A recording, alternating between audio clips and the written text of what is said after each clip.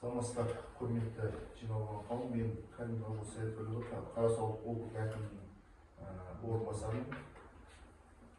Төраға ретінде бүгінгі жиналысты ашуға рұқсат етіңіздер. Бүгінгі ашық отырыс түрінде қоғамдық тыңдаулар тақырыбы компания МИЛ жауапкершілігі шектеулі серіктестігінің 2025-2034 жылға кірпіш зауыты үшін қоршаған ортаға әсер етуге рұқсат алу нормативтік құжаттар тақырыбында болады. Қоғамдық жиналыстың ең алдымен регламентін бекітіп алайық. Регламент келесідей етіп бекітуді ұсынамын. Қоғамдық жиналыстың хатшысын сайлау. Қоғамдық тыңдаулар қатысушыларда тіркеу 5 минут, баяндамашылардың сөз сөйлеу 5 минут. Баяндамалар бойынша қоғамдық тыңдаулар қатысушылардың ескертулер мен ұсыныстарды тыңдау, ескерту мен ұсыныстар жауап беру 10 минут уақыт береді. Қоғамдық тыңдаулар қорытындылау 1 минут уақыт береді. Регламент бекітуге қарсы емес. Дауыс берсеңіздер. Бірауыздан қарсы емес. Қоғамдық жиналыстың хаттамасын енгізу үшін қоғамдық тыңдаулар хатшысын сайлауды ұсынамын. Хатшы ретінде БККС жауапкершілігі шектеулі серіктестігінің өкілі Момбеков Дәулет, дұрыс па? Момбеков Дәулетті сайлауды ұсынамын. Қарсы емес. Бірауыздан қарсы емес. Ал келесі сөзді баяндамашыға берейік. Саламатсыздар, құрметті жиналған қауым. Мен БККС жауапкершілігі шектеулі серіктестігінің өкілі Момбеков Дәулет боламын. Осы жобалық құжаттаманы әзірлеуші. Негізі компания МИЛ жауапкершілігі шектеулі серіктестігінің кірпіш зауыты Жамбыл облысы Қордай ауданы Қарасу ауылы Нұрлы жол көшесі 2А мекенжайы бойынша орналасқан.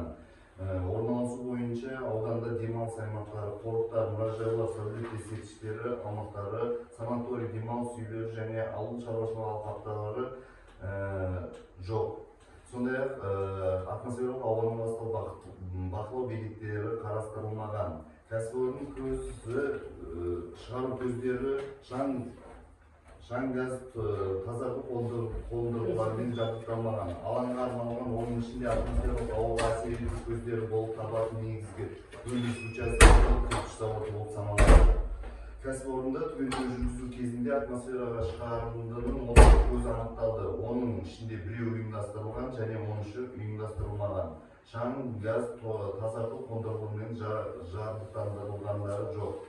Ластау көздерінің жалпы 5 түрлі ластаушы зат шығады. Олар атап өткенде азот диоксиді, азот оксиді, күкірт диоксиді, көміртегі оксиді және бейорганикалық шаң. Жылына 26-462 тонна көлемінде шығарып деп есептелінді. 2021 жылғы 2 қаңтардағы Қазақстан Республикасының экологиялық кодексінің 2 қосымшасының 3.1.7 тармағына сәйкес бір пешке арналған тордың тығыздығы 300 кг текше метрден аспайтын күйдіру пештерінің пайдаланатын кірпіш зауыттары қоршаған әсер ететін екінші санаттағы объектілер болып саналады. Сумен жабдықтау көзі орталықтандырылмаған. Шаруашылық тұрмыстық өндірістік қажеттілігі үшін ауыз сумен және техникалық сумен қамтамасыз ету жыл тәулігіне 1,286 текше метр көлемінде қолданылады деп жобаланып саналып отыр. Сарқынды сулар сорып алып кету арқылы тазартылады. Жоспарланған қызмет барысында 3 түрлі қалдықтар пайда болады. Оның біріншісі аралас коммуналды қалдықтар 530 кг көлемінде өндірістік емес салада түзіледі. Жұмыскерлердің тіршілік әрекетінен пайда болады. Шарт негізінде ауылдық округ полигонына тасымалданады.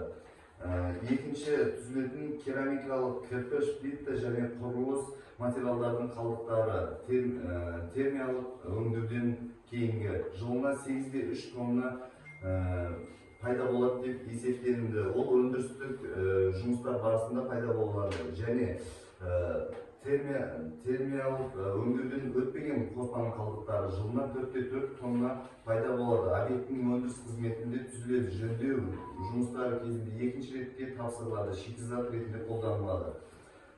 Жұмыстар алаңының материалдарды сақтауға арнайы орындар көзделген. Құрылыс алаң қалдықтарды уақытша сақтау үшін қатты жабыны бар алаңға орнатылады. Бар орнатылған тұрмыстық қалдықтар 6 ай мерзімінен аспайды. Осымен менің баяндауым аяқталды. Сұрақтарыңыз болса, кірпіш завод бойынша қоя берсеңіздер болады. Сіздердің қойған ұсыныс ескертулеріңіз осы хаттамаға енгізілетін болады. Сұрақтарыңыз бар ма? Сұрақ жоқ.